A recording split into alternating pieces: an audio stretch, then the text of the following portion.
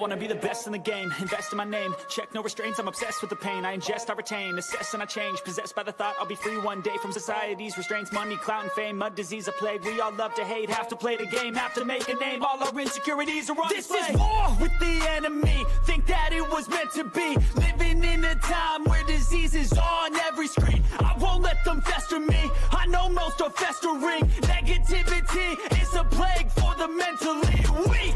No mercy, all I got is working. Never stop searching, never quench the thirsty. I'm toxic and psychotic, with this logic you can't stop it. It's been chronic since I was a boy, so neurotic and chaotic. I'm built to last with the webs I'm weaving. I could change the past with all I'm achieving. Got my foot on gas, never stop competing. If you break like glass, then this life's gonna eat 'em. Make mistakes real fast, then you learn how to beat 'em. If you take off the cast, you can see all the healing. If the pain's in the past, move on from the grieving. Put your foot on the gas, no, never stop competing, yeah. I've been doing this, I'm on it, I just wanna be iconic. Sipping on a gin and tonic, got me going off when I'm on this topic, yeah. If I ever play, I want it, you know that I'm always honest. Stay away from those who are toxic, keep them out your face, no way, you don't want it, yeah. Don't try to drain my energy, the enemy is everything. It's mentally, unhealthily, spreading like a rare disease. But I won't let it get to me, I don't need your therapy. I can leave a legacy of leading by intensity. Come on, we can fight this, freedom is priceless. Spread just like a virus, living in a crisis. Do you feel courageous? Do you seek greatness? Trust me, you can take it, go on and take your aim, yeah. I'm built to last with the webs I'm weaving. I could change the past with all I'm achieving. Got my foot on gas, never stop competing. If you break like glass, then this life's gonna eat 'em. Make mistakes real fast, then you learn how to beat 'em. If you take off the gas, you can see all the healing. If the pain's in the past, move on from the grieving. Put your foot on the gas, no, never stop competing, yeah.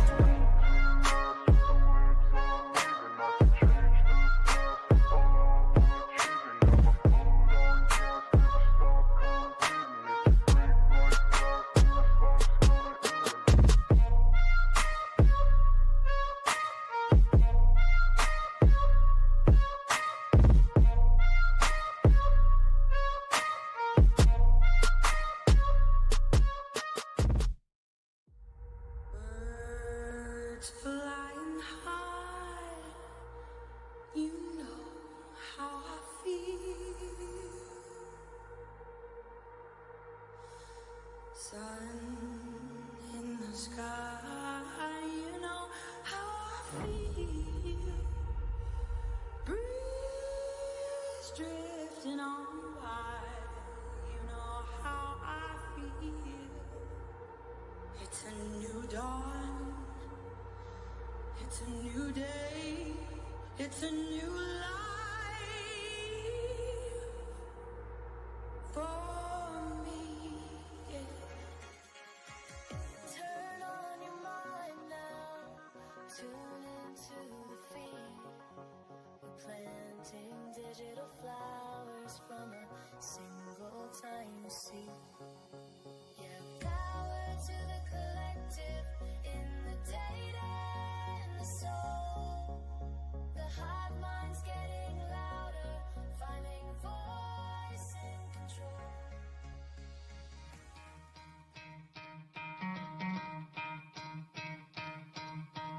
You could try to play, but you're never gonna beat me. Look the other way, what I'm doing ain't easy. Bloody hands stained from the people who deceive me. Muddy hands break through the chains, go free me. Looking for change, looking for pain, pulling a mob, pushing a train.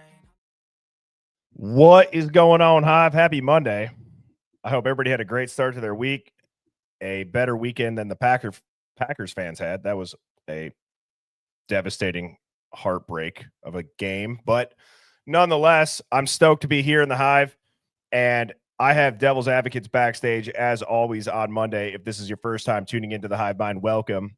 This is a contrarian thinking live stream where we are not afraid to think past the headlines. So if you are easily offended or rattled on behalf of others, this is probably not going to be the stream for you. However, if you like to look into things maybe you're known as the conspiracy theorist in your friend group, and you like to have the freedom to think out loud amongst like-minded people, you have found your people. So with that being said, Hive, I want to go ahead. I want to say what's up to everybody. Yesterday, with the stream in the evening, we had a Packer party, so that was kind of a up for grabs stream. But I have a epic week lined up of streams. I have so much information, and it's going to be a news-heavy broadcast this evening, and I'm excited to get DA's takes on it, as well as all of yours. Philly says, "Go Birds." What up, true to it? Yeah. I mean, dude, wasn't it like 3 blocked field goals? It seemed relatively rigged, the whole thing. I don't have any idea. I mean, we could go down an entire rabbit hole about the NFL being an entertainment corporation or whatever they label it as. Who knows? Vegas made a lot of money yesterday. That's all I'll say. What up, Brooke? How you doing? 1-1, how you doing? Growth Renewal, how are you? Sorry if I blew out your eardrums.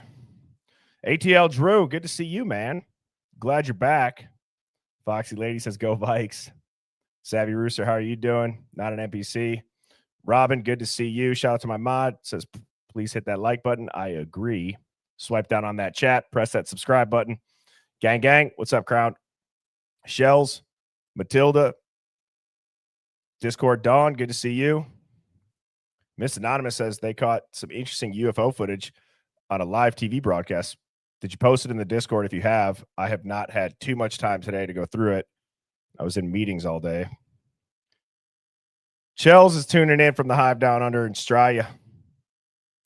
Happy Monday. Shout out to Luna, my other mod. Berdino in the hizzy for shizzy. What up, UFO dog? Project Bluebeam is right. Mrs. Birdie, how are you doing? K Wolf. Yeah, the Chiefs. Rose Cookie, how are you? Fiji. Love that. UK Karen already leaving some DNA. Susan, good to see you. Froggy. Beck. Mitty Witty. Lagertha's daughter. Skoll. How are you doing? Carrie and Haley Mucketfuss. Donna Speaks Truth is speaking the truth with that. It's hard to wrap your head around how things like that could be rigged.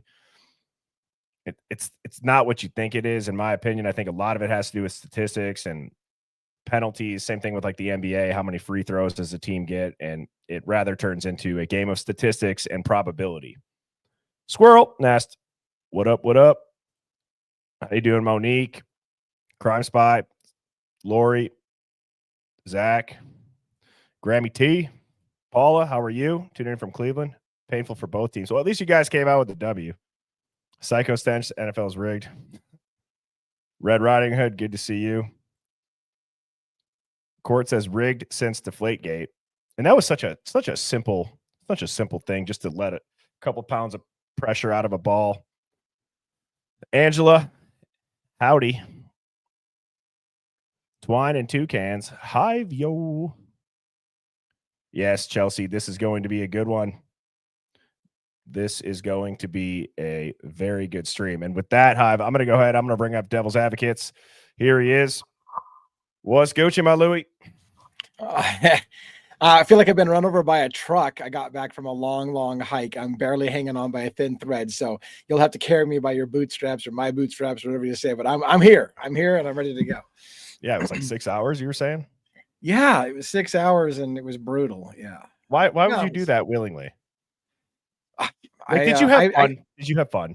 I did. I haven't climbed straight up 6 miles and to a lake, which was cool because like you can't get to the lake unless you hike. So it was cool place on earth that not everybody gets to see because not everybody wants to do that dumbass stuff. So I'm paying the price now, though. I'll tell you that much. Yeah, you're gonna be sore tomorrow, I bet, especially if you don't do that very often. I've always said like incline walking, whether you're on a treadmill or you're hiking, that'll get you. Yeah. That'll get you because it's just this low intensity, elevated heart rate that's like you walk for an hour, you're like, holy hell, you're dripping sweat, and you're like, dude, I am tired. Yeah. But hey, I'm here. I made it. We had to hoof it to get back so I can have time to get in the shower so I can make it to your lot. It was that important to make sure I got here on time. I hauled down here. There you go. Thank you. I wouldn't let you down. I made it down the mountain and I'm here. No, I love it. And so we'll get into it. And don't worry, DA, the Hive and I will bring the energy. We'll wake you on up. And nice. Just a quick plug the channel. As a reminder, Hive, all of the lives are free. The only thing that I do ask is that on social media, especially on YouTube, hit the subscribe button, press the like button. The next time you go on TikTok or Facebook or Instagram, even if you don't use those apps that often, support the stream, get the word out. It helps the algorithm. Just go type my name into the search bar, give me a follow, like the page, and I would really appreciate that. We're updating our merch on birdie-bombshell.com. I was talking with Dana from the Hive, who's helped me out, and we're coming up with like an anti-NPC apparel. So I think that's going to be awesome, and some epic designs that I've kind of had a little bit of they've kind of teased me with a little bit that I'm excited to see how they turn out. So thank you to everybody in the Hive that's been helping out with that. And a quick reminder, tomorrow morning, 10 a.m., I have George Webb coming into the Hive, and that is going to be awesome. As you know, George Webb has been boots on the ground, burning the leather for the Charlie Kirk assassination. And if you were in his live yesterday, you could tell that guy, to put it frankly, he gives a shit. Like, he gives a shit. He doesn't want people not crediting how hard he's working. He doesn't want people, trying to say stuff when they're obviously not on the ground and seeing it in person. I mean, he goes, I'm literally surrounded by people who have killed Charlie Kirk.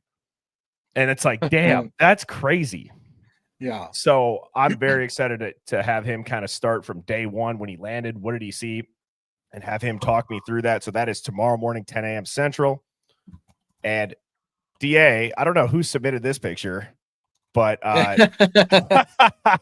wow. Somebody from the Hive said, what the hell? I saw that. I go, should I put it in the stream? I'm like, I have to. I feel like, and then right before backstage, you're like, oh shit, I was drinking the fruit punch again. People are going to come at me.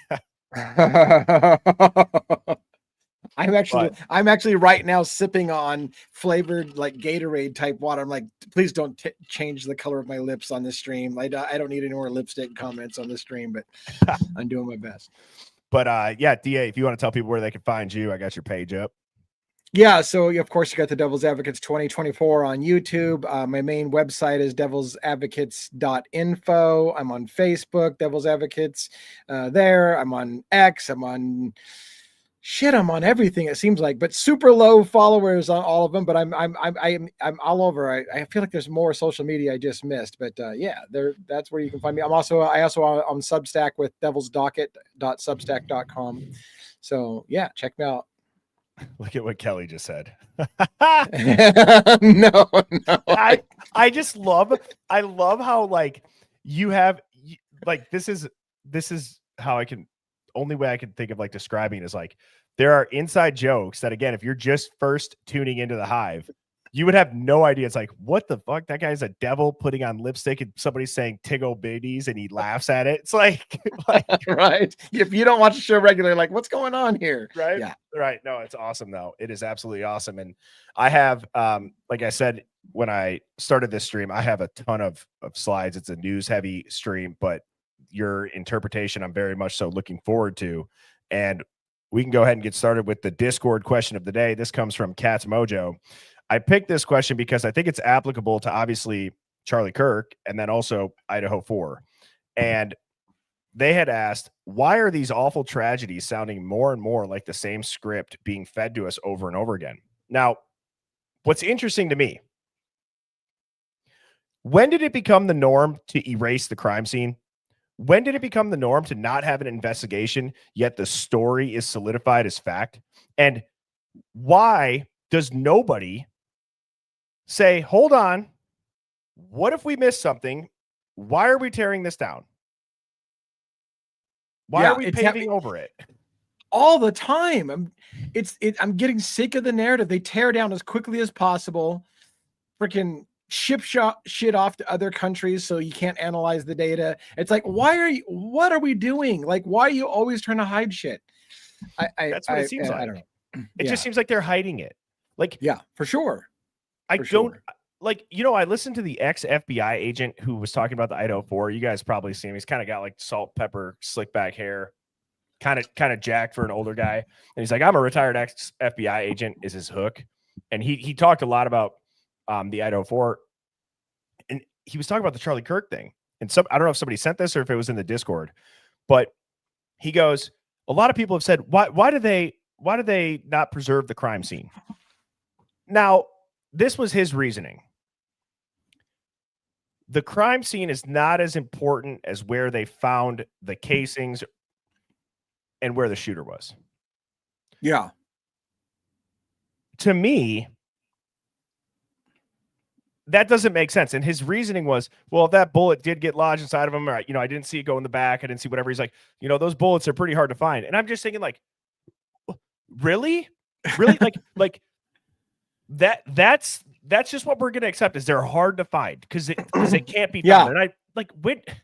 Right. It's lazy. It's lazy reporting. It's lazy excuses. And American public mostly doesn't ask anything further. They just accept it nowadays, which is the way they keep doing it. But. And what you just said is what drives me up a wall.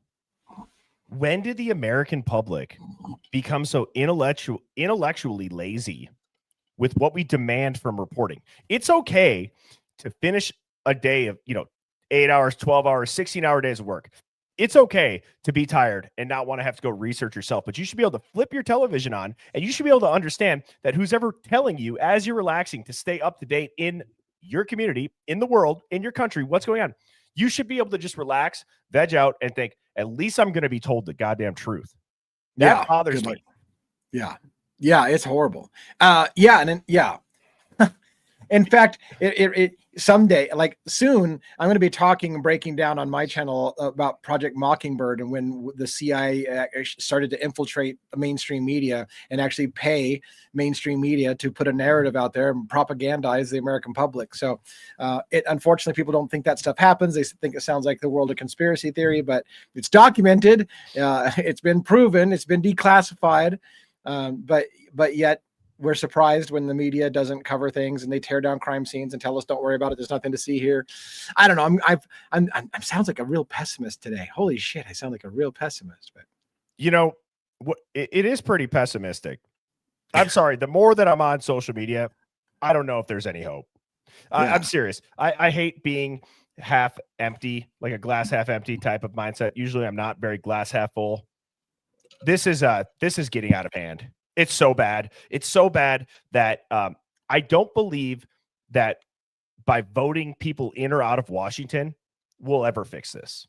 I don't believe that you can ever fix Washington. They are too controlled. They are too bought and paid for. We are too captured in our government to honestly have anything change at that level. It has to, and it's maybe cliche, it really has to start with people like me, people like you, people in the hive at an organic or like a groundswell level. It has to start with you and your family, you and your friends, you and your coworkers. And it has to be like, well, yes, you can intake that news.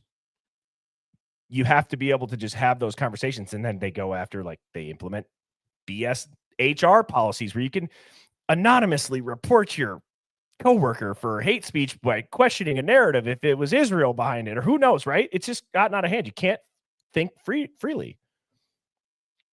Yeah, no, it's getting really bad, and not to sound super uber thing, but when the money in the country invests in supporting both political parties, so that when you're voting and when you're told in America that you have to make a choice between turd A or turd B, and both turd A and turd B are being paid for in their campaigns by the same money people, it doesn't matter which shiny turd you put into office, you're going to get the same thing, because money is paying on both. They're hedging their bets. They put money on both sides of the house, and whoever you put into office, you feel like you had the choice, but in the end, they're going to be supporting the narratives of the people who put them in office. I don't know if you know the statistics behind this, but aren't we one of like the only quote democratic countries that only has 2 choices for parties. Like it isn't, and it's a what was false narrative. Right. Technically, we don't have to have just 2 parties. We're not by definition a 2-party system. They have lied to us in America to make us think that if you vote for any other party other than the Republican or Democrat, you're throwing your vote away. That's what they tell you. And that oh my God, that narrative gets out there. Every MFer who tells me, if you don't vote for Republican or Democrat, you've just tossed your vote away. I'm like, oh my God, you brainwashed sheeple. This is why you think you only have 2 choices, because they've Right. told you you're throwing your vote away if you vote for anybody else than those 2 parties. I could go down an entire rabbit hole on voting and on what do they hold the quote election even for, right? It's just to make us feel some type of way, right? It's to make us, if anything, it's let's let the people vote so that we can see who are they going to listen to more easily without resisting, and we can still manipulate them all the same way. It's just, what is it going to look like? Is it going to look like this person, or is it going to look like that person? The plan on the back end doesn't change. It's Birdie, just how they deliver it to us. You're ahead of your time, because you're sounding like a crotchety old man who's sitting on the porch with me having a beer going, God damn it, this country's full of shit. It doesn't matter who you voted in office. You're way ahead of your time. You're the crotchety old bastard on the porch with me having a drink. Yes. You know what's so funny is, like, dude, it's like, it's kind of painful.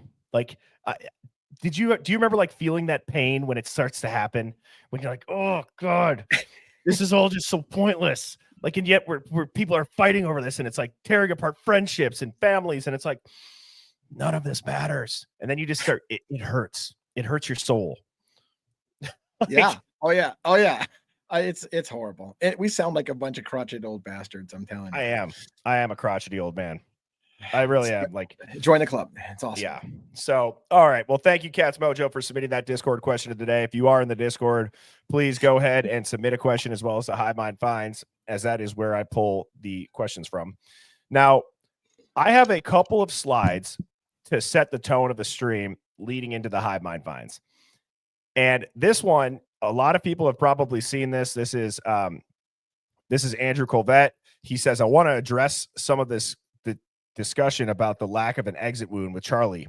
I'm usually not interested in delving into most of this kind of online chatter, and I apologize, this is somewhat graphic, but in this case, the fact that there wasn't an exit wound is probably another miracle, and I want people to know.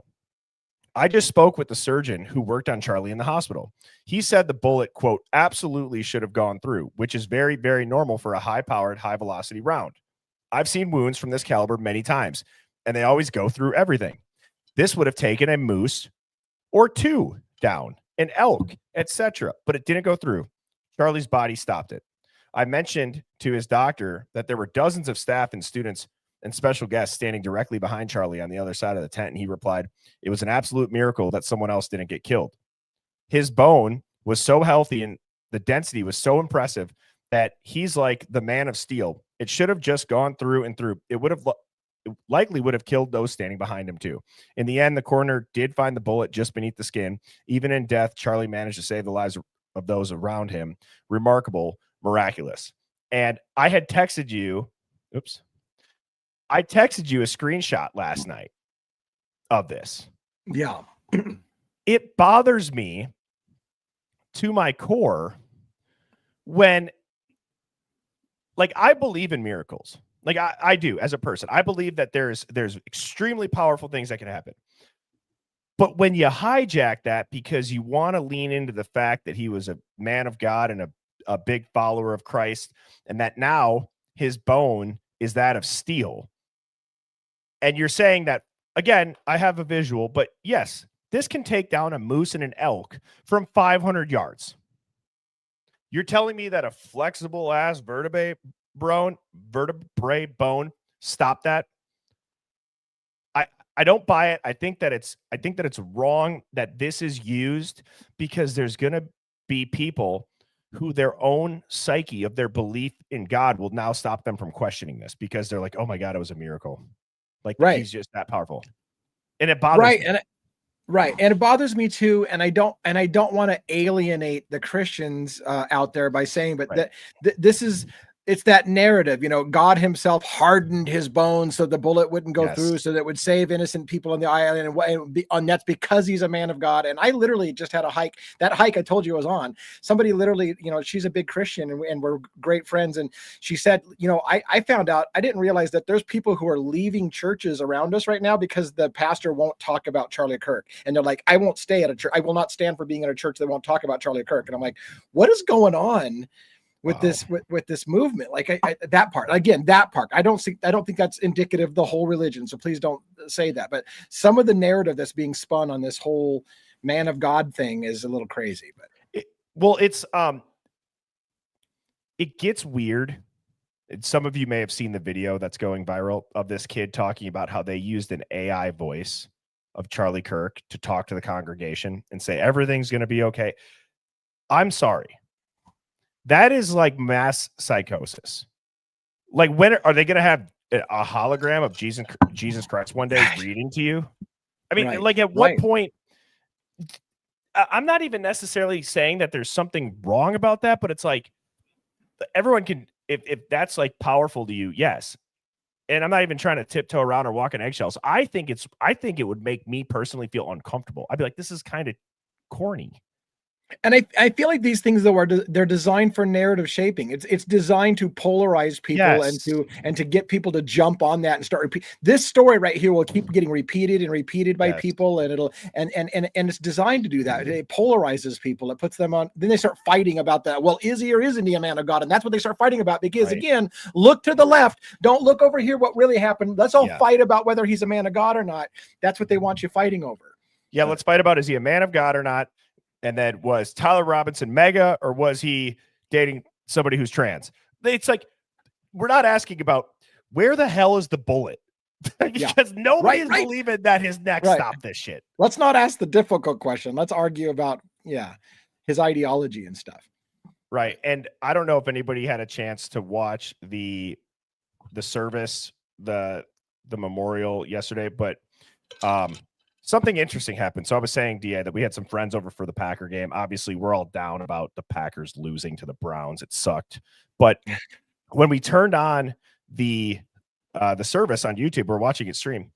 It was interesting. It started out pretty like normal.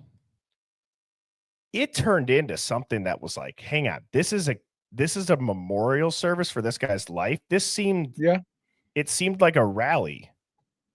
Yeah. Didn't it?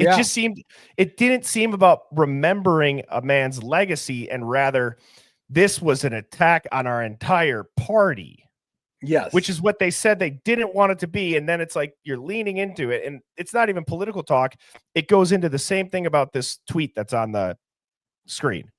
They are using the narrative however they see. Everybody's applying the Charlie Kirk narrative when it benefits them, instead of remembering, if this man's gone, the life, for better or worse. And it's weird. It's narrative shaping. It's horrible. And again, I don't know how to describe it. It's just, usually I'll watch that stuff. I don't care if I agree with stuff or if I disagree with it or if I think whatever.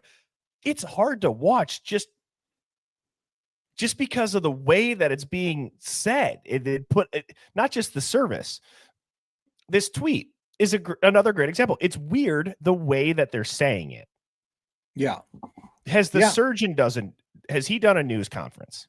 Has he done any sort of like press? I don't know. I don't think so. And that's the thing. These stories just get created and they just circulate left and right. You know what? By the way, I don't know if this is going to be somebody was sent me screenshots of Tyler Robinson's text messages, right? And I had just read, for this reason, Tyler Robinson's indictment, where they tell you in the court of law what his text messages to his roommate was. It's not the same text messages that are being shared all over the internet. Look what Tyler Robinson wrote. And I'm like, People, this is why you read the court documents, because none of those screenshots are the actual stuff that was submitted in court. So pay attention, because they're putting shit all over, and then people are like, they're fighting about, well, I don't think that was real. You're right, it wasn't real. It's not even what was submitted in court. So you have to watch the court documents to see what the official story really is, and not all this bullshit narrative about, look at this screenshot. I can't believe he said that. Well, he didn't, because look at the indictment. That's not what it was said. It's crazy what's going on. The AI is making things even worse, because people can just, like, in 2 seconds, AI, please generate me a conversation as if you're Tyler Robinson and you're admitting to this crime, and put in something like this, and bam, it'll make it look real. It takes 2 seconds. You put it on screen, everybody talks about it and fights the shit out of each other about, is that real or is that not real? But can everybody realize that we are purposefully being divided? It makes, like, you know how you talked about, like, we're just crotchety old men. More than anything, I cannot stand when it's like, how are we falling for this over and over and over again? It drives me up a wall that people don't see what's happening. It's so obvious. yeah, It's so obvious. And all right, this is from FBI Director Kash Patel, which I thought was interesting, and it seems as if he might be feeling a little bit of pressure. As the director of the FBI, I'm committed to ensuring the investigation into Charlie Kirk's assassination is thorough and exhaustive, pursuing every lead to its conclusion. The full weight of America's law enforcement agencies are actively following the evidence that has emerged, but our efforts extend beyond initial findings. We are examining every facet of this assassination. We are meticulously investigating theories and questions, including the location from where the shot was taken, the possibility of accomplices, and text message, confession, and related conversations, Discord chats, the angle of the shot and bullet impact, how the weapon was transported, hand gestures observed as potential, quote, signals near Charlie at the time of his assassination, and visitors to the alleged shooter's residence in the hours and days leading up to September 10th, 2025. I'm going to pause there. I'm going to pause right there. That third paragraph would make anybody with a brain go, holy shit. yeah, This is not a closed case. yeah.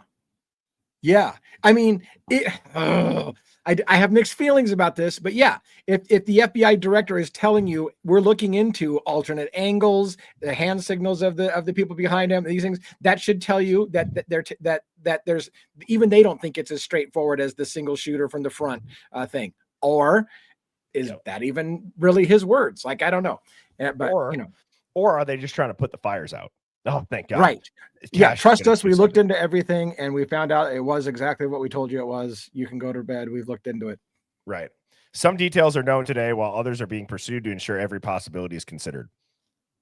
Our primary focus is to complete this investigation and deliver justice, to protect the integrity of the investigation and subsequent prosecution. We cannot release every piece of information we have to the public right now. Of course not. Of course we not. will ensure every question is addressed at the appropriate moment. Regarding specific details, such as questions about the plane that allegedly turned off its transponder after departing from an airport near the assassination site, we can share updates when answers are confirmed.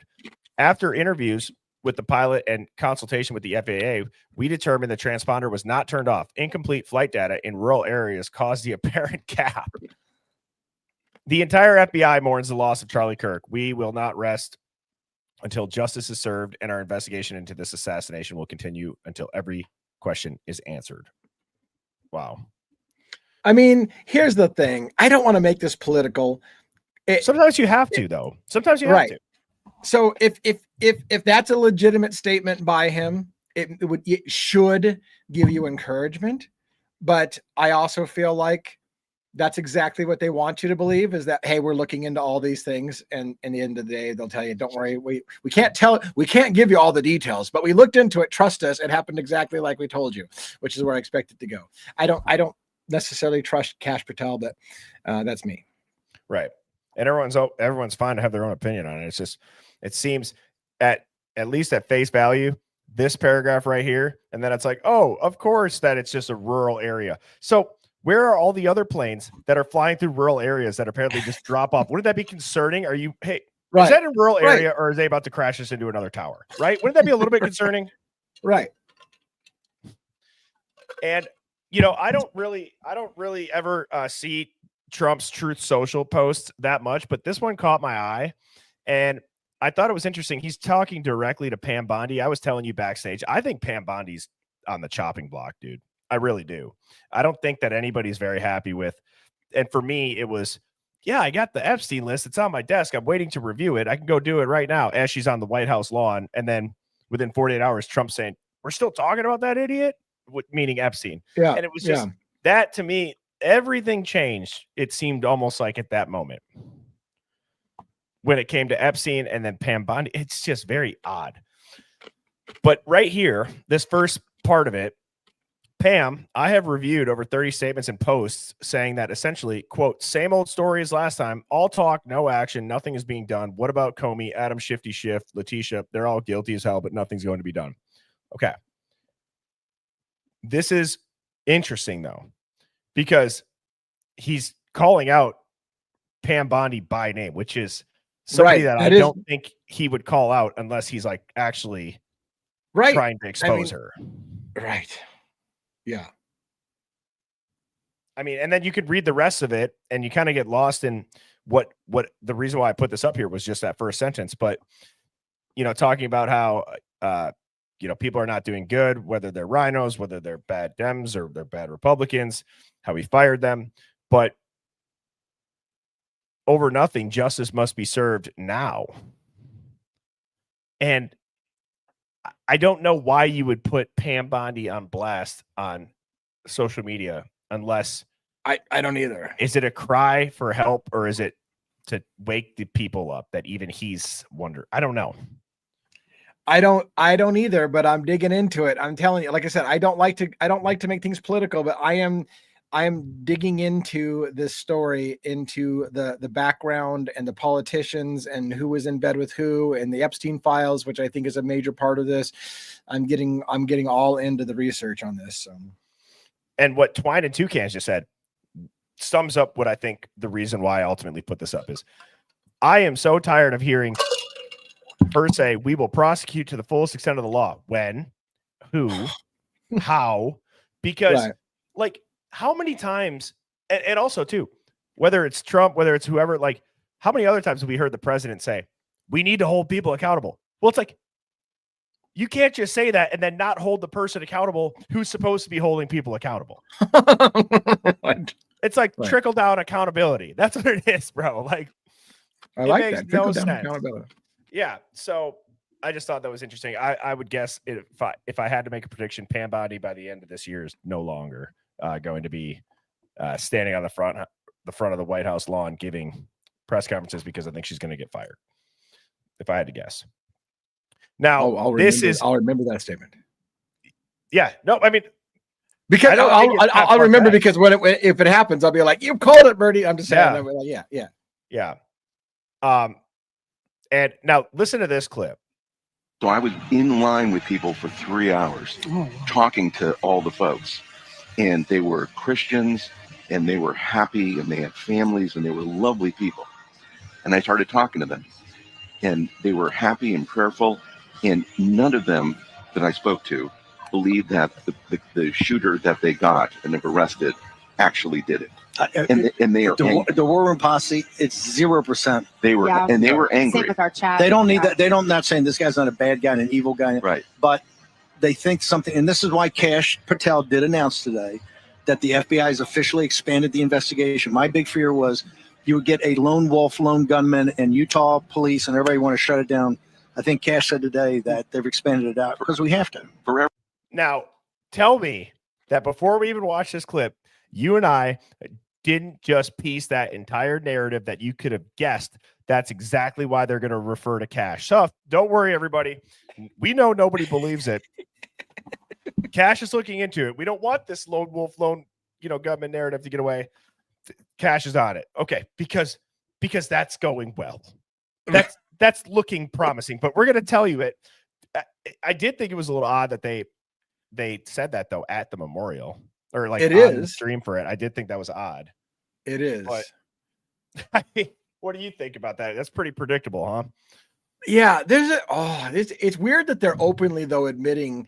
I mean, in a way, it's weird they're not going with the continual narrative that it just is what it is. That they're actually saying, "Hey, look, nobody believes it happened the way that it happened, and we're looking into it." That's interesting to me. But Yeah, and then this next couple of slides is Hive Mind finds from either things that people have emailed me, which again, it happens. I don't want people to be emailing me the Hive Mind finds, but sometimes there's good stuff in there. I would suggest that everybody sends them to the Discord. But here's a few of them. This goes to show you how big a 30-06 round is. Okay. So 5.56, for those people that don't know, this is what like the Marines are using in their AR-15s and what they're fighting wars with is right here. This is what took out Charlie Kirk. Okay, have you ever seen some war footage? You ever seen someone take a 5.56 when you're on like the dark and graphic side of X or Reddit or somewhere? You see what that does to a body? Look at this. You could take a moose down from 500 yards and it would still shatter its bones. Again, the theme of this month seems to be they want to insult our intelligence. or it wasn't a 30-06 round. It just wasn't that. Yeah. It just wasn't. Yeah, it just wasn't a 30-06 round. It came from another direction, and it wasn't the same caliber as the 30-06. But wild. You know how many people hunt out there and know exactly what a 30-06 round does to an elk skeleton or bone? We're not dumb. This ain't gonna work. This man of steel, his bone density. Let's talk about this, okay? Let's talk about some things a 30-06 can do. From out to about 400 to 500 yards, a 30-06 can penetrate elk bone. Why is that significant? Elk bone is significantly more dense and strong than human bone. Why? Because elk get up to almost 1,000 pounds. And so the bone has to be extremely dense to carry that much weight. Now, let's compare it to human, okay? Well, for one, let's talk about where Charlie got shot. He got shot here in the carotid. If that did hit a vertebrae in his neck, let's understand that neck vertebrae is some of the most fragile bone in the human body because it's so flexible to handle what we do with our neck. So what they're telling you is a 30-06 round, which can blow through elk bone, was stopped by Charlie Kirk's neck and a vertebrae. If you believe that, God bless your little heart. Now let's look at this actual ballistics test. All right, so we're going to watch a video from U.S. Overwatch. He just put out this a day ago. Video. Let's check it out. I'll put his link in the pinned comment in the description if you want to watch the whole video. So our first shot will be a cold bore shot, and we will just see what kind of results we are able to duplicate. All right, so he's got some very thick bone here across the strap of this dummy. Obviously, this would be far thicker and stronger than a human vertebrae in the neck. Let's see what this 30-06 rounds does to it. Look at that. Wow. All right, from this angle, as you can see here. Huh. Shattered. Human bone. Shattered. Not only does it go through that bone, it explodes the bone, blows through the dummy. Also, as we'll see here in a second, blows through the wall behind it. Like we did kind of also think, the bone stood no chance against a 30 caliber round traveling at that high of a velocity. So now we're going to give it reset it back up and put the ballistic plate in front of it and see if we can't duplicate that shot as well. Right now, he actually shoots a ballistic plate with 30-06 round. Destroys the plate. Give me a break. It destroys the plate. Just rip the entire half of that plate off. So there you go, guys. You just saw, I mean, right there for you, 30-06 round. Damage it's going to do, went through way. So you guys get the point of that, what I'm trying to say. And it leads me to this. There's too many odd frames. Right? So there's no arrival footage of him at the hospital. There's no ER bay. There's no gurney. There's no trauma team on camera. There's no attending doctor. There's no nurse. There's no time of death. It's just silence. The same men who were signaling before the shot moved him to an SUV, not an ambulance. There's minutes missing. Then a coffin. Air Force 2. Curtain down. There's no hospital release. No doctor of record, no named official declaring death, just gaps. Note the handlers, note the vehicle, note the absence, timestamps over headlines. Now, if you don't follow Dave X22 report, he has an interesting way of looking at stuff. I would add to that list. There is no thing to see here. That's what I would add. There's nothing to see here. Nothing to see here. Right. Exactly. So it's just interesting. It's so interesting. And what else does that sound like, that Hive, that we've gone deep on for hours and hours and hours for a case? Oh, it kind of sounds like the Idaho 4 case, doesn't it? No pictures of the victims. Don't ever see them leaving the house. You don't see the coroner. Still haven't seen the sheath to this day. Wild. You know what I mean? Yeah. And okay, here we go, Hive. I've been excited for this one because, again, if you're here, you probably wear a little bit of tinfoil. This one, you're going to need to wrap your entire body in tinfoil for this theory, but it's a great video and it really makes you think. Please retrieve your nearest tinfoil hat. Place that firmly on your head.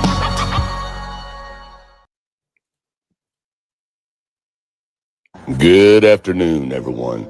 Now, I'm sure all of you have noticed online that a lot of people are talking about, why are these people allowed to be in this canopy? Why isn't this marked off and taped off as a crime scene?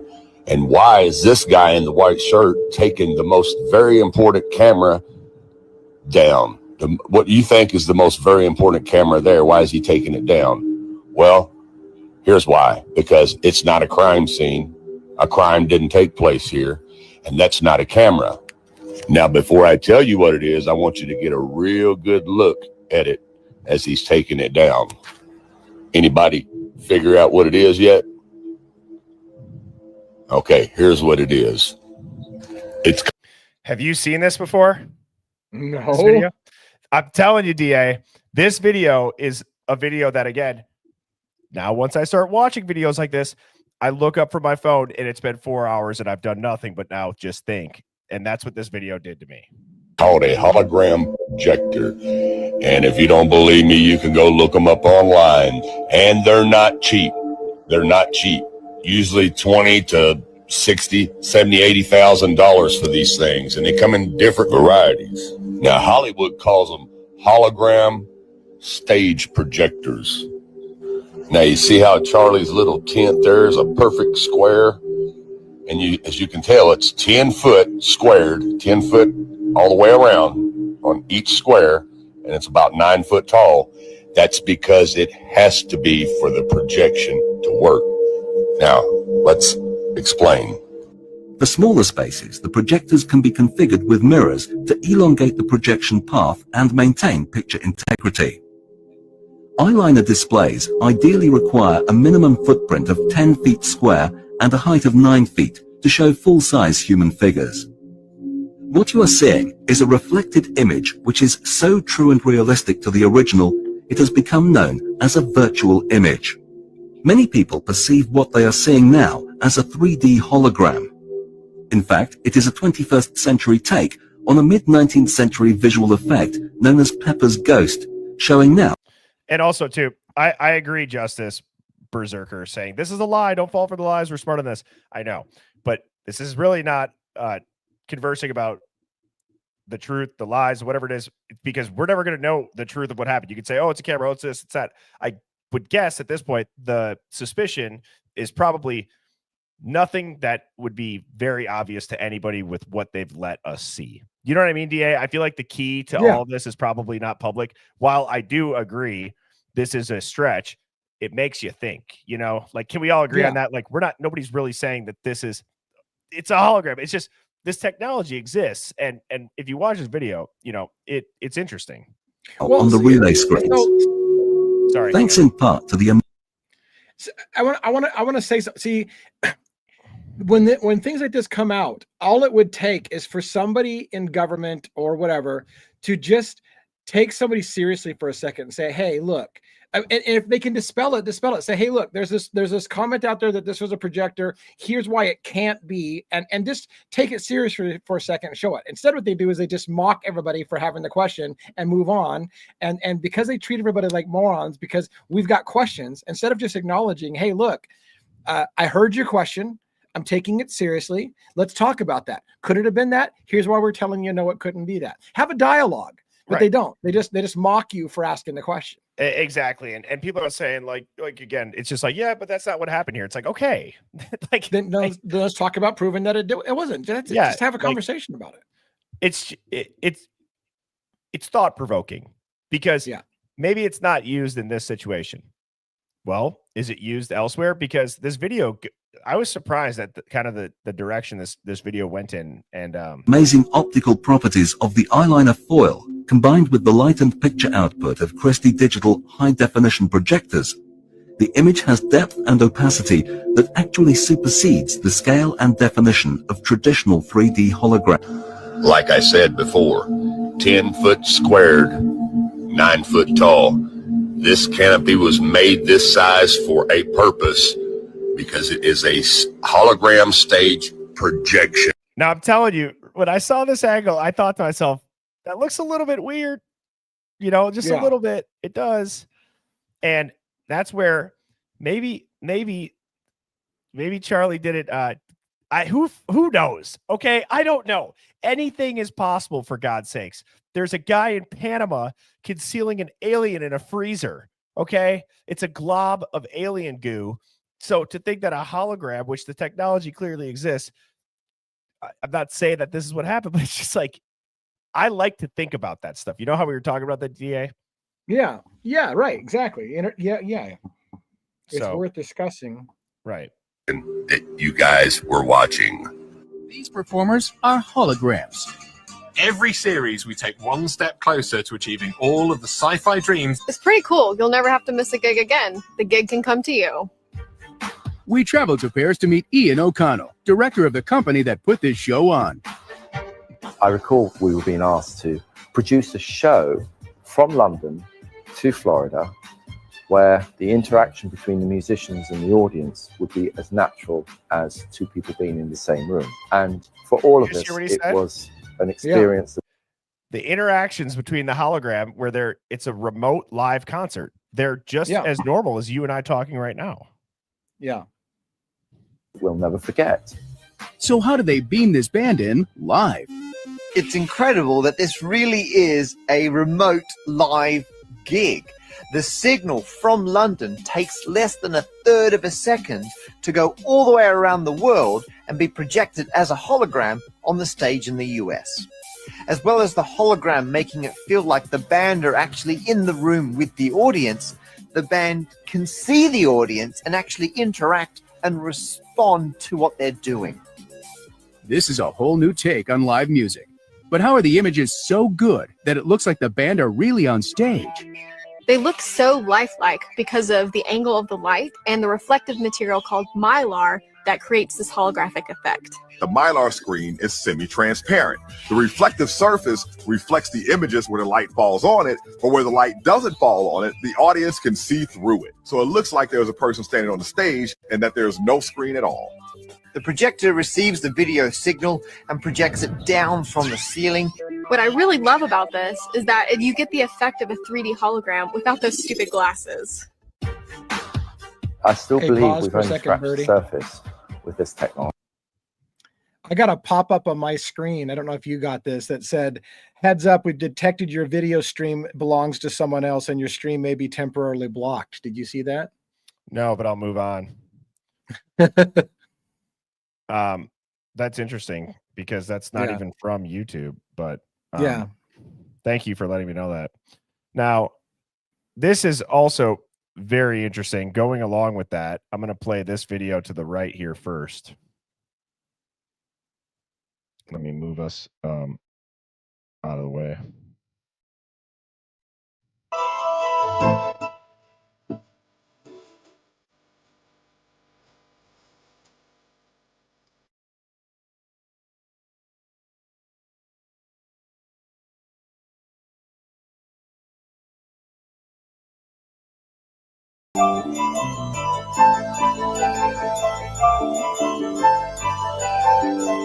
Where was the blood? Yeah.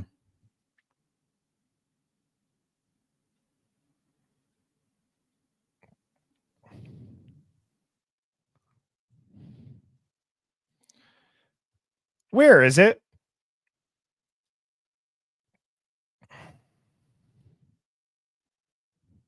That's weird, right? Yeah, You there's just got something though. shot with a 30-06, and then Right. your T-shirt Right. looks like you just took it out of the washer. Right. Yeah, right.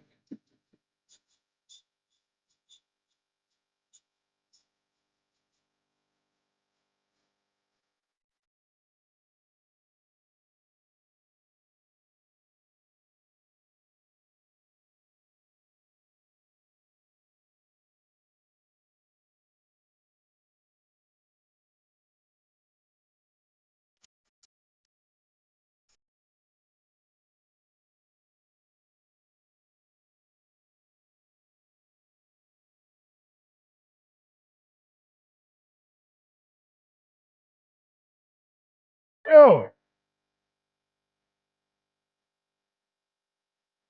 I created a safe airscript that is easy to rig. I take great pride in our commitment to create the best product. Have you noticed that it doesn't say freedom on his shirt either, DA? I didn't notice that. Good catch.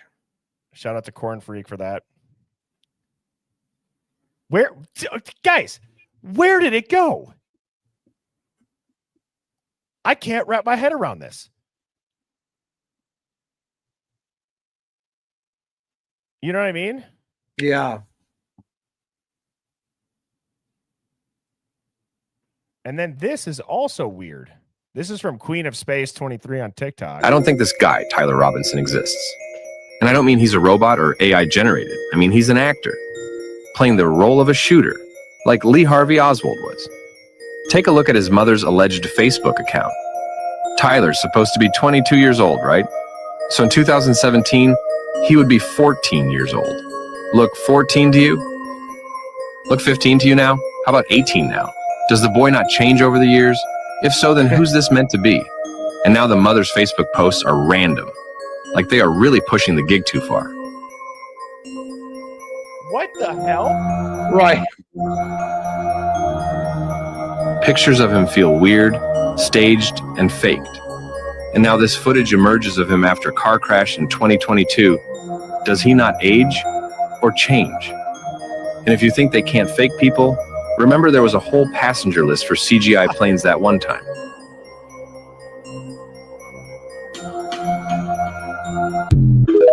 So it's the same script, dude. I mean, again, I said you're going to need to wrap your entire body in tinfoil for this, but what it's going to get harder and harder to deny stuff like this, DA, the more that AI becomes public knowledge. I believe that AI has been being used behind the scenes to write movie scripts, to write songs, to generate things, and they would just call it like CGI. I believe the public is just now having access to the open source AI. I do not buy it for 1 second that this was not used for years behind the scenes without us knowing. Well, the problem is that AI is able to fake a lot of things, but then also, I had a thought, but it went out of my head. I said it's going to become harder and harder to deny that this stuff's possible with more prominent AI comes. Right. Well, yeah, right. Exactly. All that can be faked and stuff like that. And so I've said before, like, this is going to become a legal problem in this country, because when you put somebody on the stand and say you did this thing and we have proof of it because we have you on camera doing it, why didn't you just say, oh, that's AI. You can have me do anything. You can have me walking into McDonald's picking my nose if I didn't do it, and you could do it on AI easily. So can we even, so how do the defendants not use the same argument? It's like, prove it to me. That could have been AI. Like, I don't know. It's gonna be weird. We're gonna see some crazy court cases, and like look at like what Miss Maggie said too. Then like, and we only have the ultra novice AI voice, right? Yeah. I mean, so I don't know because this used to be, well, the frame rate's off, the chair. Well, now that we know what AI looks like and we've all played around with AI, when a chair moves through a table and it glitches out like a video game, you start to think to yourself, well, if on my computer at home, I've seen that happen. Or when I'm playing Call of Duty and I've seen a glitch. Yeah. Well, then when I see it here, Well, what is it? Right. Is it a glitch? I've seen it 100 times, and it's a glitch every time. But in this time, it's just a random thing. No. So, I mean, the bottom line is we should allow everybody to have a little latitude to ask those legitimate questions. Don't treat people like they're morons because they ask the question. Instead, say, I get why you think that way. Let's look at it and talk about it and have a civil conversation with each other instead of responding with, you're an idiot and a conspiracy theorist and I don't want to hear it. I'll wait for CNN to tell me what happened and we'll just be good at it. Sue Zemak wants to know if we're real, DA. Well, that's true. How would we know? How would I even know if I'm real? Are you real? What's that? Is it like Toy Story? Like, what's the one where he's like, am I a real boy? No. What is that? Is that Pinocchio? Yes. Yeah. The real boy was the Pinocchio line. Yeah. I only know that because I'm old. Now, this one, it was submitted by Savvy Rooster. It says, our friend Officer Doofy. I had showed the pictures of the marshal standing, but Savvy Rooster actually found the video that I was able to get those screenshots from. So here they are. Here it is. Watch his grin.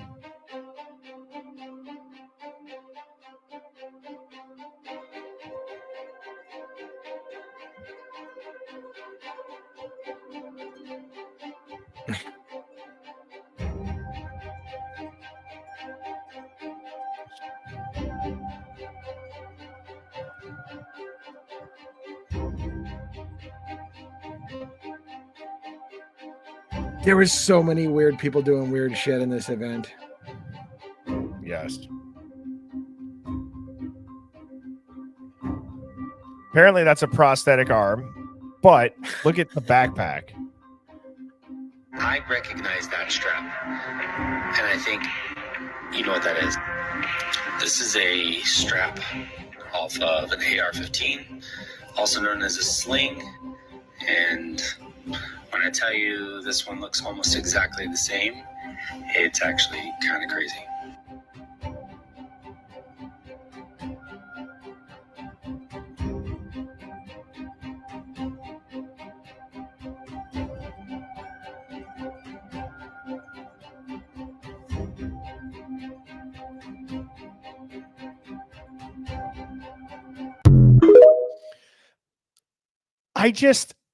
DA, I want to do an exercise with you right now. Oh shit. Okay. Brace yourself.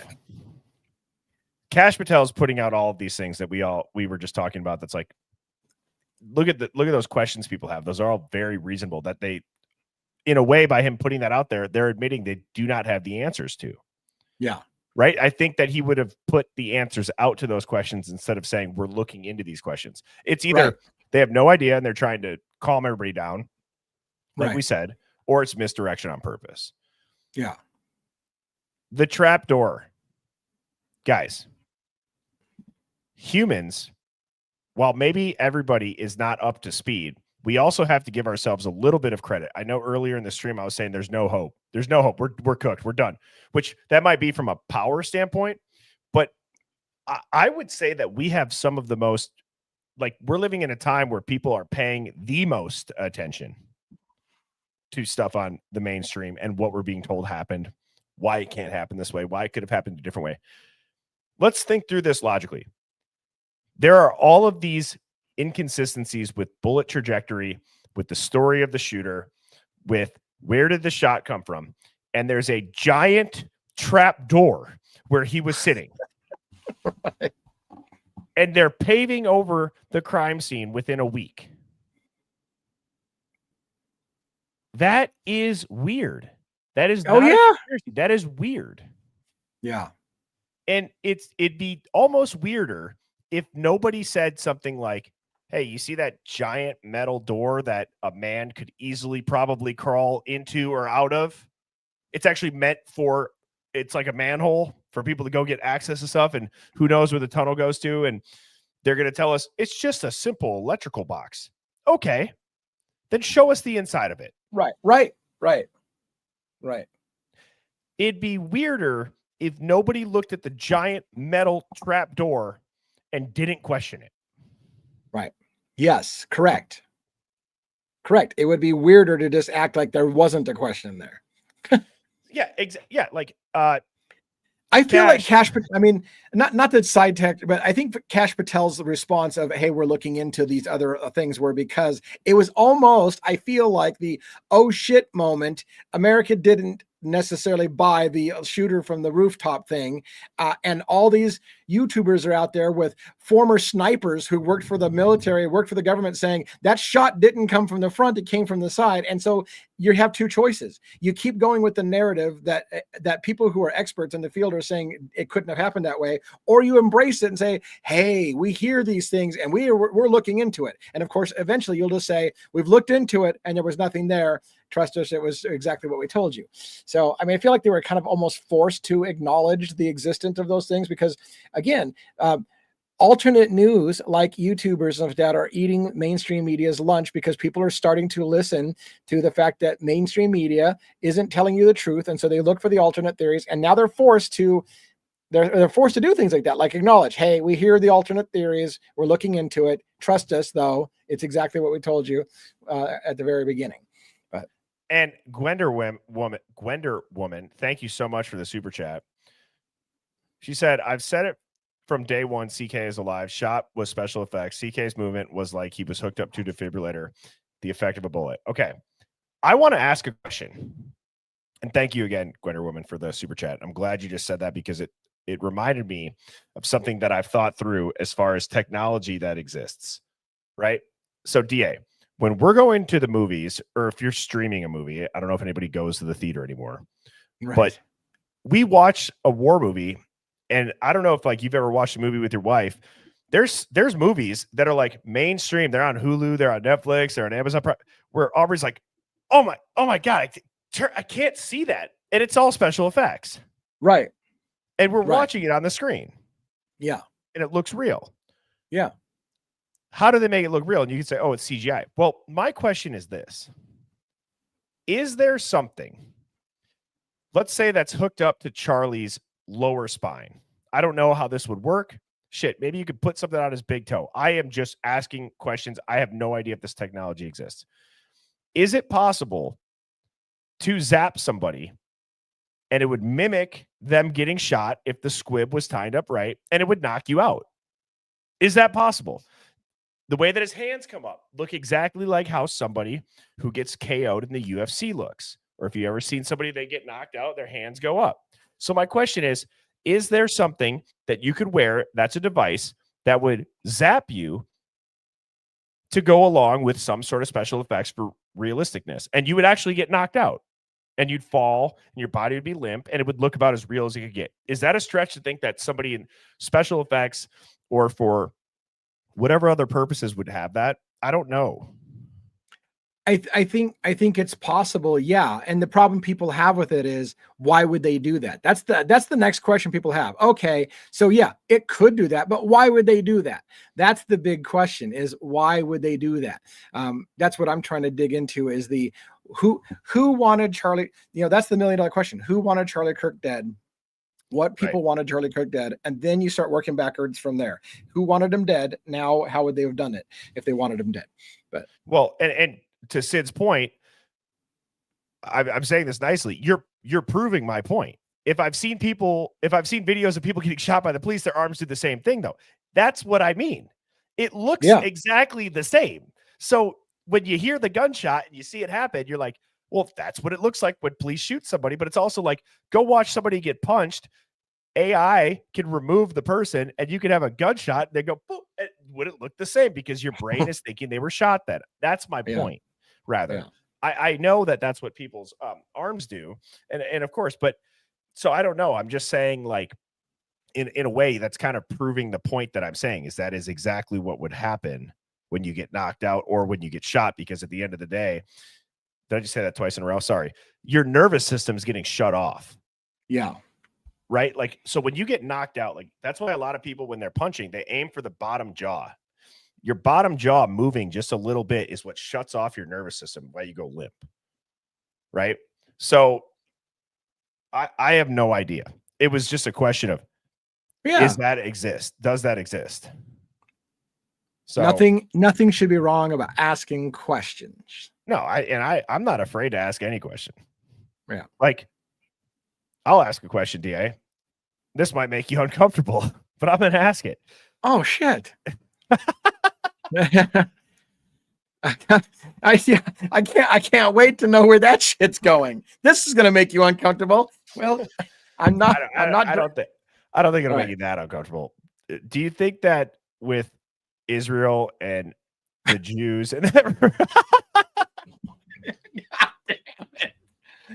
all right, sorry. I mean, back up. Back up. All right, go like ahead. I said, I'm just asking a question. Do you think that has gained steam since the last time that we talked 48 hours ago, or more steam? I mean, has it gained steam like more has steam? that rumor gained steam? Like, oh, there might be something behind this. Like in the last 48 hours. I think so. Yeah, I have too. I do too. Yeah. I mean, yeah. Where does a rumor like that come from? Well, again, to make the point about how I made it about the trapdoor, it'd be weirder to not question a giant metal trapdoor that's right where he was sitting than to, right? It'd be weirder to not ask that. Now, it's like everybody knows AIPAC has a ton of influence in American politics. Everybody knows Israel has a lot of influence over our politicians.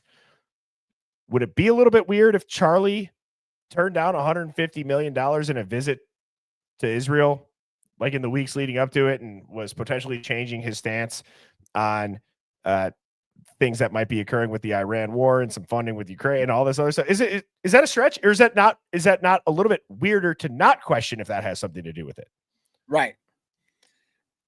I agree. It would be weirder to not question it. It's also weirder to not question about the timing of not a Congress agreeing not to release more information about the Charlie Epstein.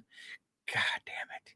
The Jeffrey You did Epstein. it again. I did it again. What is going on with you know what? I'm glitching. The Matrix is glitching in my brain. Breaking news. Devil's Advocates is AI and he's right. going through a software update, everybody. But this is before your time, Max Headroom. I'm gonna start glitching all the time. Anyways, but oh, that's hilarious. Jeremy Pearson, thank you so much for the super chat and for the question. Can you look at the video of his security guy to his right pushing him off the chair while he's trying to help him from taking more shots? Wait, so look at the video of the security guy to the right. Are you talking about the dude in the white shirt or the black shirt? Or the black shirt? And was he trying to help him from taking more shots? Like, are you saying like shield Charlie? Right. I think he's trying to say that his security was pushing him off the chair, trying to get him to the ground so that he would get out of the line of fire and not take another round. Yeah, we can look at the video too. I might have it pulled up on I can pull up the slides from the last stream when we get to these. So Jeremy, please remind me. Now, guys, I forgot I put this video in here. This comes from TikTok. This is from Daily Mirror. K Wolf sent this in. They said, this is my first time seeing this video, and it sounds like more than one shot was fired at the exact same time. I'm thinking one was a blank round to distract from where the real shot came from. Do you remember the night that my stream got cut? This was the point that I was going to make about a blank round being fired. Right. George Webb had talked about how it's not uncommon for exercises, what people think are a drill, to go live, and they don't know. Yes. Oh my gosh. There's a huge history of drills that are just like what actually happens. And then you find out later on they were doing a drill about that in the same area, and it confused people and delayed things because people didn't know if it was drill, it was real, because they were drilling the very thing that actually happened. Right. Exactly. Now listen to this. And I'm gonna say this to, like, I guess I'm just gonna call it out right now.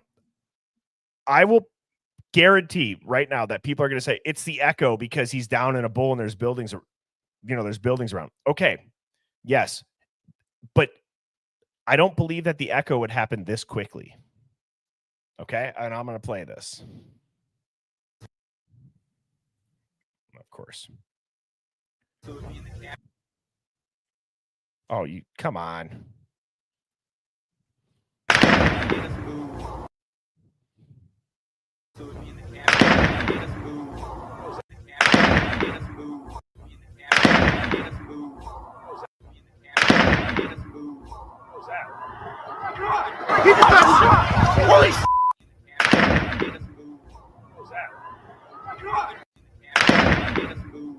And what Sherlock just said, it's not the echo. It's not even the same caliber. Those are two different snaps.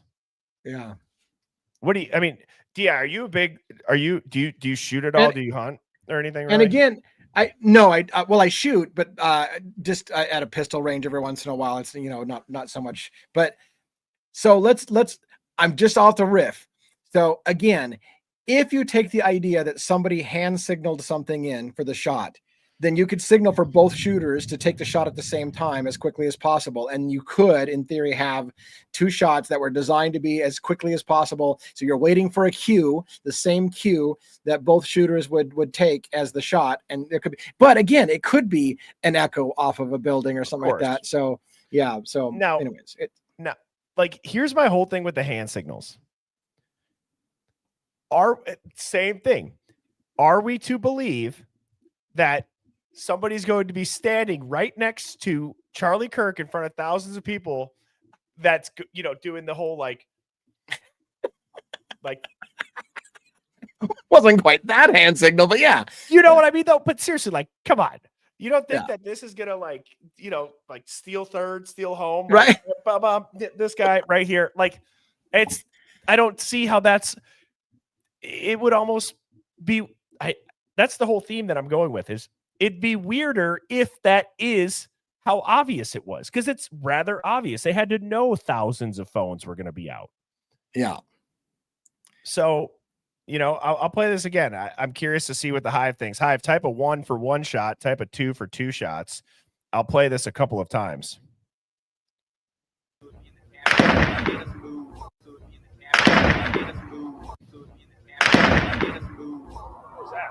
And I think they slow it down.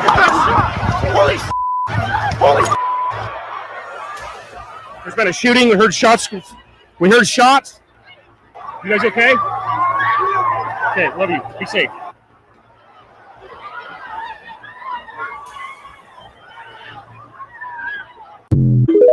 Oh, I thought. If you look, down. To play devil's advocates with the 2-shot thing, like you said, it's in a bowl. You've got buildings on both sides. If the shot's taken, that thing can ricochet off of both buildings to the side. There are plenty of places for acoustics to bounce very, very quick, and it wasn't that close. It wasn't that far away either. So, I mean, I had to play devil's advocates both ways. Yeah, you can. Can you talk about an option there's two shooters that take the same signal and shoot at the same time and they're very close together, or do you say, look, it's in a bowl and there's buildings all around and there's going to be an echo and it's going to happen quick because it's short range? But could be. I slowed the video down. I'll do it at 0.25 and then I'll do it at 0.5. Okay.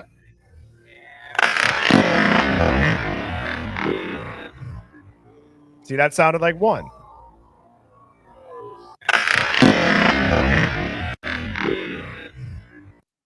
Here's 0.5.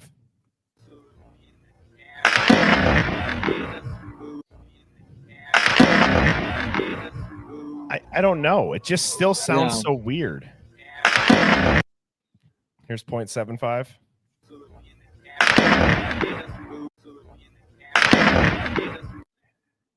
Like I said, at the end of the day, I feel like I don't want to discredit the 2-shot possibility because, again, many people are saying, experts are saying, that shot came from the side.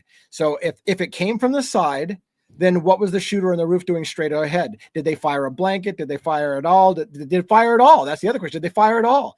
Or, so those questions have to be asked. By the same token, like I said, I mean, there's people in who are saying it's an echo for 1 shot, and I can see an echo for 1 shot. So both, I think what's fair is to ask both questions and to really think about both possibilities. Now, I don't know how deep you went on the Vegas shooting. Yeah. But look at what Stone said. Stone said, I bet you that it's a stereo recording. You could see it if the left and the right have different times. Now, what's interesting is there was a lot of people at the Las Vegas shooting that said it sounded like it was being played over the speakers. Gosh. Right? Yeah. I mean, do you remember people saying that? You mean at the Vegas Vegas shooting? Yeah. I don't.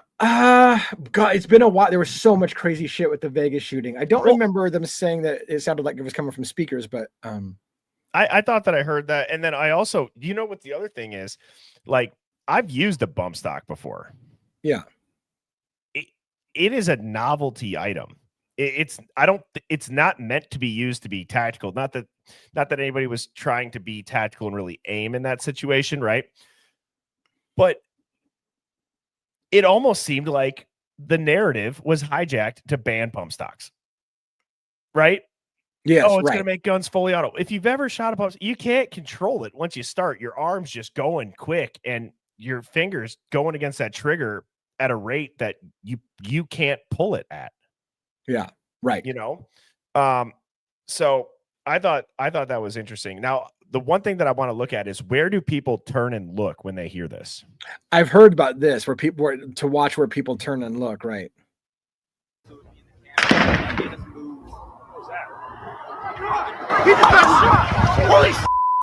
Holy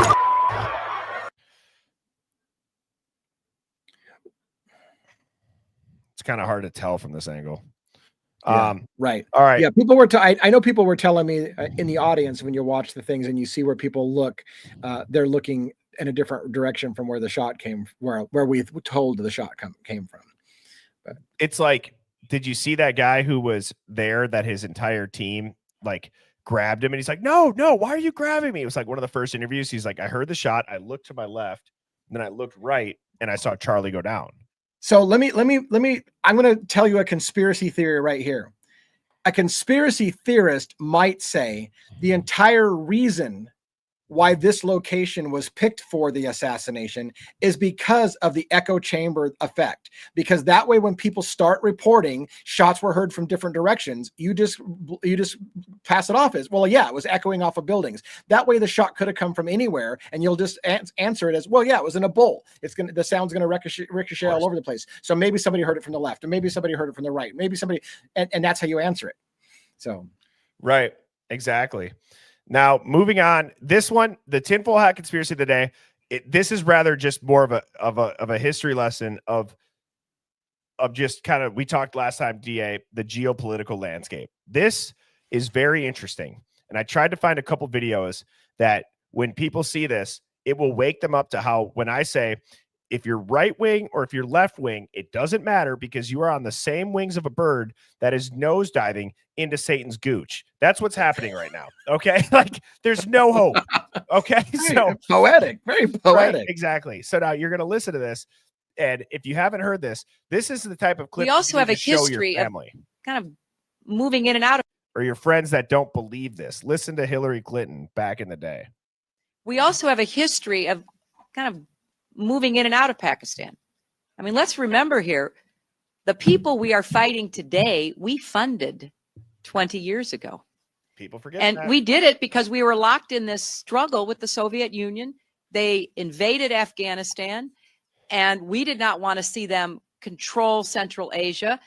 And we went to work. And it was President Reagan in partnership with the Congress, led by Democrats, who said, you know what, sounds like a pretty good idea. Let's deal with the ISI and the Pakistani military, and let's go recruit these mujahideen. And let's get some to come from Saudi Arabia and other places, importing their Wahhabi brand of Islam so that we can go beat the Soviet Union. And guess what? They retreated. They lost billions of dollars, and it led to the collapse of the Soviet Union. So there's a very strong argument, which is, wasn't a bad investment to end the Soviet Union, but let's be careful what we sow because we will harvest. So we then left Pakistan. We said, okay, fine. You deal with the stingers that we've left all over your country. You deal with the mines that are along the border. And by the way, we don't want to have anything to do with you. In fact, we're sanctioning you. So we stopped dealing with the Pakistani military and with ISI, and we now are making up for a lot of lost time. So I chose that clip to talk about how we funded them 20 years ago. And if you don't think that we've continued to fund since this clip has come out, that we will, as Hillary said, we are now sowing that harvest, right? Like we're going to have to deal with it. We did that. We left everything there. But rather also think about how detailed she just explained a game plan that would sound like a huge conspiracy. If you said we took people from over here and then we said let's go get some Saudi Arabians and let's bring that brand in over here and let's push them there, and then we're gonna have the Soviet Union collapse because of it. People are gonna be like, oh yeah, okay, yeah, no. It's very simple. The people, they didn't want the Soviet Union and blah blah blah, right? Listen to what she's saying. They just did. It's funny because the people on my chat on my side are saying what I was going to say, which was that ultimately we didn't want Russia in control of the poppy fields. We wanted to be in control of the poppy fields, but that's a whole nother thing. Well, that is for this specific situation. Yes.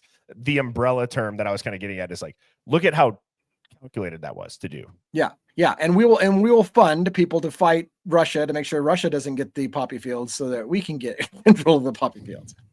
But here's the thing. It wasn't a conspiracy tinfoil hat thing, right? It wasn't good enough to fund Pakistani resistance to try to stop Russia from taking the poppy fields. You also have to have a pretext to invade the poppy fields so that we can invade the poppy fields and take over. Correct. So first step was to pay somebody to stop Russia from taking over the poppy fields. And then we need a pretext to take over the poppy fields ourselves, which 9/11 was a great way to take over the poppy fields. But right. And now, DA, I had never seen this video, and I don't know how. It's from Roca News. I guess it was only uploaded 3 months ago. So this has got millions of views. I've not seen it. Read the caption at the top of this screen. Bin Laden didn't die. I thought it was click like rage bait. Yeah. Okay. It's a 10-minute video. Okay. DA, you're going to be shocked. You are going to be shocked when you hear what these people say about Bin Laden and how. Well, I'll just shut up and I'll let it play. Streets, the world's most wanted man was killed. Or so we've been told. No Bin Laden here. No. Osama bin no yet. Basically, I think he was working for America. Osama kaisa lagta hai aapko? He's a very great person, brother. On May 2nd, 2011, President Obama announced that Navy SEALs had killed Osama bin Laden. The United States has conducted an operation that killed Osama bin Laden, the leader of Al-Qaeda. The raid didn't take place in mountains on the Afghan border or in a cave, though. It took place in Abbottabad, one of Pakistan's nicest cities and just a mile from Pakistan's version of West Point. Yet people across Pakistan do not believe bin Laden was ever in Pakistan, let alone killed there. To understand why, we traveled to bin Laden's compound and met Osama's neighbors. Walaikum salam. Bin Laden's neighborhood, Bilal Town, was the nicest part. Driving through, we had to keep putting the camera down so we didn't film any military installations or police. I think this is one of the nicest neighborhoods we've been in all of Pakistan yet. Really? This was it. And the house is torn down. Go figure. This is it. So this was exactly where his house was, right in the middle of a really nice neighborhood, less than a mile from the West Point of Pakistan, the military academy. Right? Did they get rid of it because they didn't want it to become an attraction? Yeah, I think that is one of the reasons, because they did not want it to remain. It's just like as a place of, like a shrine, or Yeah. a place people come here. Assalamu alaikum. Kya haal hai? Theek hai? I'm fine, thank you. How are you? I'm fine. Walaikum salam. Thank you. I'm from the U.S. I hear this is something famous happening here. Yes. But this time you don't hear in this place. Some people says America air fighter this time come, Yeah. but nobody Osama bin no. How weird is his that? wife and his children here, but not his, You don't think It he was wasn't- scared? no. yeah. But so when the helicopters came, Yes. How weird is that? Osama, and if I recall, they never showed Osama to anybody. In fact, the story was the soldiers took Osama's body out to the middle of the ocean and dumped it. And oh, by the way, we don't have anything to show you anymore because we dumped Osama's body in the ocean. Like, how fucking convenient is that? You don't get oh, you know what? We just went ahead and dumped him in the ocean. No, there's nobody to see here. Yeah. Anyways, I'm pretty sure that the way that they confirmed his height and if it was him was didn't like a SEAL lay down on the ground next to him and they took a picture and it was approximately the same height as somebody who would have been the same height as Osama. Well, that's definitive proof. Right. So I don't know. And Anyways, I think they dumped his I'm an body off asshole. the size of off the side of the Navy ship in international waters. And Yeah, because that makes sense. Because I mean, America doesn't want to prove that the boogeyman has been killed because that was their Right. narrative. He's the boogeyman, so we killed him. But we don't want to prove anything. We'll just be like, hey, we dumped him in the ocean. Sorry about that. You don't get to see nothing. do you know what's a good stream you and I should do? Like how we talked about conspiracies and all that. We should do Adolf Hitler. Did he flee or did he commit God. suicide? That is Yep. an epic rabbit hole. Right, it is. That would be a fun one. I'll It let this would. play. This gets crazier. Just the amount of people that are saying this stuff, and it makes sense what they're saying. They weren't actually Gone. He was gone. Gone. Do you think he's still alive or is he dead? He alive. You think he's alive? Yes, yes. You live around here? Yes, yes. Sorry, I'm dusty. कोई नहीं, कोई नहीं. A few days in Pakistan, I get dusty. I'm Muslim. Uh-huh. ये अल्लाह पाक को बेहतर पता है. अल्लाह पाक को बेहतर पता है कि उसामा वहाँ जिंदा है या फौत हो गए. ये उसामा को इधर मारा गया. जी हमें नहीं पता. अल्लाह को बेहतर पता है. और वो कैसा लगता है? उसामा को मैं पसंद करता हूँ. उसामा को मैं लाइक करता हूँ. अच्छा, क्यों? मुस्लिम वो मुस्लिम लीडर इस वजह से मुझे लाइक करते हैं और कोई वजह नहीं है. जो भी उसके बारे में बोला जाता है वो अल्लाह को बेहतर पता है. हमें नहीं पता. अच्छा. मैं कजन स्टोरी सारी से आती है आपको वो सुना देगा. अच्छा. जी हाँ. क्यों? वो बोलो. अच्छा. What's going on right now? This man invited us to his home to tell us a story about Bin Laden के बारे में. आप हमारे मेहमान हैं. आपको चाय पानी कर. I see a very chill neighborhood here. Like very just like nice vibe. Got the mountains. Nice big homes. I always think it's interesting to see first person points of view in other countries too. Usman, Yeah, correct. What do you think about Osama? Osama is powerful man. Powerful man. Train 2 steps ago away. You think he's a smart guy? What do you think about 9/11? 9/11. 3 aeroplanes crashed. 4. But I'm just gonna say this about 9/11. Somebody did a voice analysis using like AI or whatever, and their accent was not that of Middle Eastern. It was like some form of like a Hebrew language.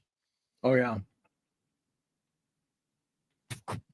I mean, that's wild too. How did nobody think to actually say to themselves, what accent is that? And now when you go back and listen to it, you hear it, it's like, holy shit. Is it? Or is it who they said it was? But here, I wanted to play a little bit of this video. We don't have to finish the whole thing. It's only got 5-6 minutes left, but I want you guys to hear kind of how they explain this. पानी में हुआ था crash. एक खेल पर बाकी 3 एक factory उधर हुआ. नेशनल एक गवर्नमेंट बिल्डिंग में गया था और 2 वर्ल्ड ट्रेड सेंटर्स. अस्सलाम वालेकुम. उसामा के बारे में कितना पता है कुछ? उसामा बिन लादेन के बारे में. क्या?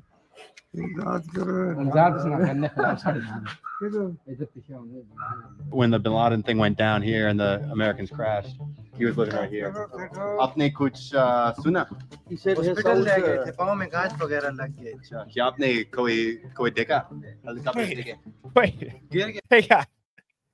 When we heard that bang and the old guy just walked over there, did they just say he shot himself in the foot and he needs to go to the hospital because he has glass in it? Is that what they just said? I think that's insane. Hang on. There's no way. Assalamu alaikum. Aeroplanes crashed. 4. But पानी में हुआ था crash. एक खेल पर बाकी 3 एक factory उधर हुआ. नेशनल एक गवर्नमेंट बिल्डिंग में गया था और 2 वर्ल्ड ट्रेड सेंटर्स. अस्सलाम वालेकुम. उसामा के बारे में कितना पता है कुछ? उसामा बिन लादेन के बारे में. He's in pain. Help this man. When the Bin Laden thing went down here and the Americans crashed, he was living right here. आपने कुछ सुना? हॉस्पिटल ले गए थे, पाँव में गांठ वगैरह लग गए. Oh, he got क्या glass आपने in his foot. कोई देखा? हेलीकॉप्टर देखे? गिर गए थे, पुलिस आ गई, फिर जगह बंद कर. They closed the area off. अच्छा.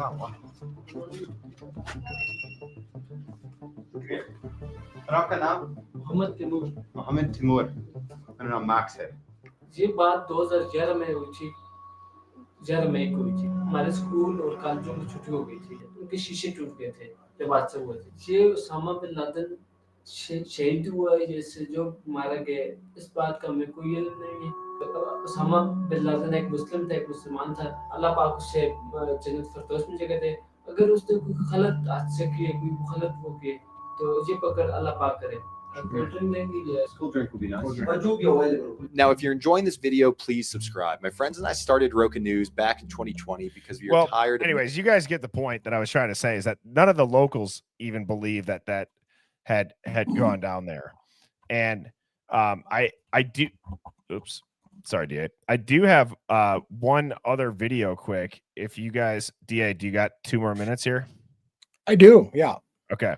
I was just trying to confirm something somebody said in your chat. I was remembering about, they said, and then the SEAL team that took out Obama died in a helicopter crash. And I'm like, oh yeah, I fucking forgot that shit. That's like, right. And I was double checking to see if it was true or not, but yes, I'm not sure that it is, but we'll see. Not what I wanted. Never mind. That's it. Not it either. Damn. Let me do this because I actually have that voice analysis of the hijackers, which is interesting. Has anybody in the Hive heard that before when somebody did the voice match? That it was not like that of like Middle Eastern. Have you heard that, DA? I had not heard that. No. All right.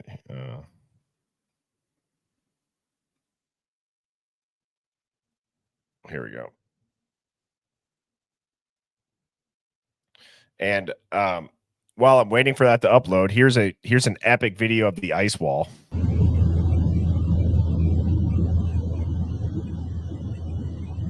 Oh, Antarctica, yeah. That's crazy.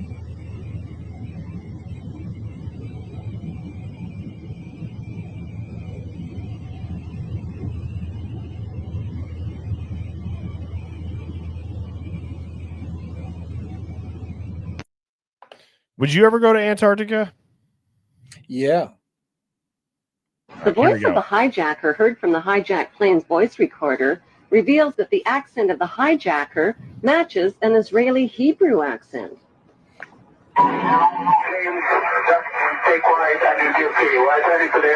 The next transmission comes seconds later.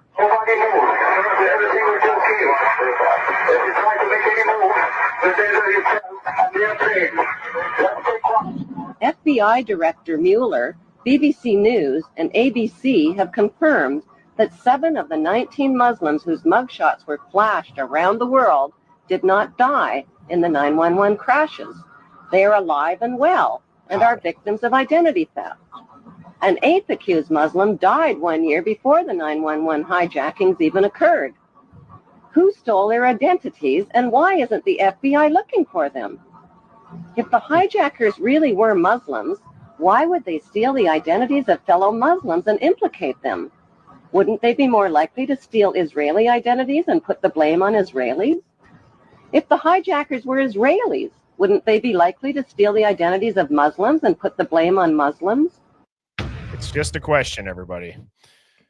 But I mean, DA, my question for you is this. And as we wrap up the stream here, you mentioned it a couple of times that it's like you shouldn't shame people for asking questions. You don't make them feel dumb, whatever it is. Is that coming from a place of like your own personal experience where when you don't know something and you try to ask it and you're around people who do know about it and they don't take the time to teach you, it makes you uninterested in even trying to learn? Would you say that that's how you feel? Yeah, probably. Yeah. I mean, you get shamed into to asking the questions, and then you don't want to ask questions anymore. And that's the whole design of it. Make you feel like an idiot for asking the question, and then you stop asking questions.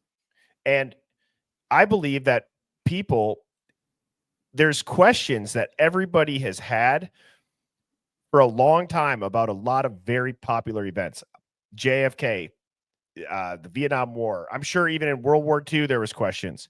nobody in the press, to your point that you made last Monday, is going to ask those questions in those moments that would be able to get broadcasted to the masses. Right. Because they're keeping their job, or their entire news organization, whatever umbrella they're under, would not be allowed to then go into these press conferences. Right. The media is controlled, and so they know not to ask certain questions or they'll lose their accesses. We live in such a scripted world. We really do.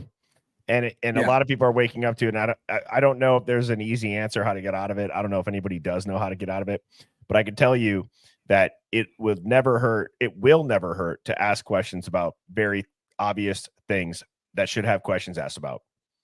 You know, you should ask about the giant metal trap door. You should ask about the accent of the hijackers. You should ask the locals in Pakistan, did you guys even know that he was here? For God's sakes, he's in a nice neighborhood a mile away from their version of West Point. Nobody knows that in a giant compound. Really? Like, how do you not? You know, as far as the controlling the narrative, and I don't want to get on to 9/11 too much, but I remember one of the shifts I felt in American politics and the media when Bush said, "Let us not tolerate crazy conspiracy theorists that try to shift the blame from those responsible," right? And that was the new narrative. If you even ask questions, you're a crazy conspiracy theorist that's trying to shift the blame away from those who are responsible. We will tell you who's responsible. Don't ask any other questions, because let us not tolerate anyone who asks questions and shifts the narrative from what we told you it is. And I was like, wow. Nobody asked me how Building 7 fell at free fall speed and it didn't get hit by a plane. You're a conspiracy theorist. Right. Nobody asked me about how thousands of tons of steel fell at free fall speed and then pretty much just turned into dust. And then we're going to haul that off. No one's going to investigate it. The commission report is going to be BS. And so we're going to censor everybody. But DA, I appreciate your time tonight. As a reminder, Hive, tomorrow morning, 10 a.m., I will be back on stream with George Webb. We're going to be going deep on the where he was on the ground after the shooting of Charlie Kirk. Very excited about that. And DA, if you have any closing thoughts, I will let you go ahead before I close us out here. Just thanks for carrying me on my low energy night. I didn't have a lot of energy tonight, so I apologize for that, but you did wonderfully. And I appreciate you giving me a chance to talk things. Good luck with George Webb tomorrow. It sounds like it'll be an exciting show. Yeah. And I'm looking forward to another crazy week at the Devil's Advocates. I got lots of shit lined up. So here we go. Full steam ahead. Let's do this. Yep, absolutely. Absolutely. And I have some very exciting news that I'm going to be able to drop at the end of next week. I am not allowed to talk about it, but it is, it's going to be life-changing, DA. Huh. You're not allowed to talk about it, and it's going to be life-changing. Yep. What the fuck? You bastard. All right. Yeah. So anyways, I hope everybody has a great night. I will see you all tomorrow at 10 a.m. I am going to do the nightly stream as well. So tomorrow with George, they're a little bit, at least. Oh my God, your wife's pregnant. That's what it is. Holy shit. I don't know. All right. Sorry. I'm out. I'm out.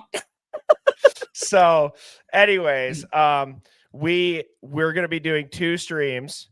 We're going to be doing two streams tomorrow, one at 10 a.m. and then one at our normal time at 7 p.m. So anyways, with that, Hive, and I see the chat right now, but I don't know if that's it. I don't know.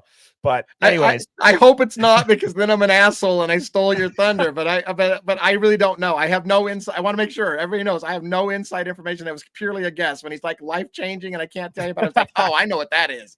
I got it. Nah, I don't know. We'll see. It might be something different, but anyways, 10 a.m. tomorrow, Hive, and then 7 p.m. as normal, both in Central Time. And with that, I hope everybody has a great night. Cheers, everybody. Later. Thanks, DA. Birds flying high, you know how I feel. Sun in the sky, you know how I feel. Breeze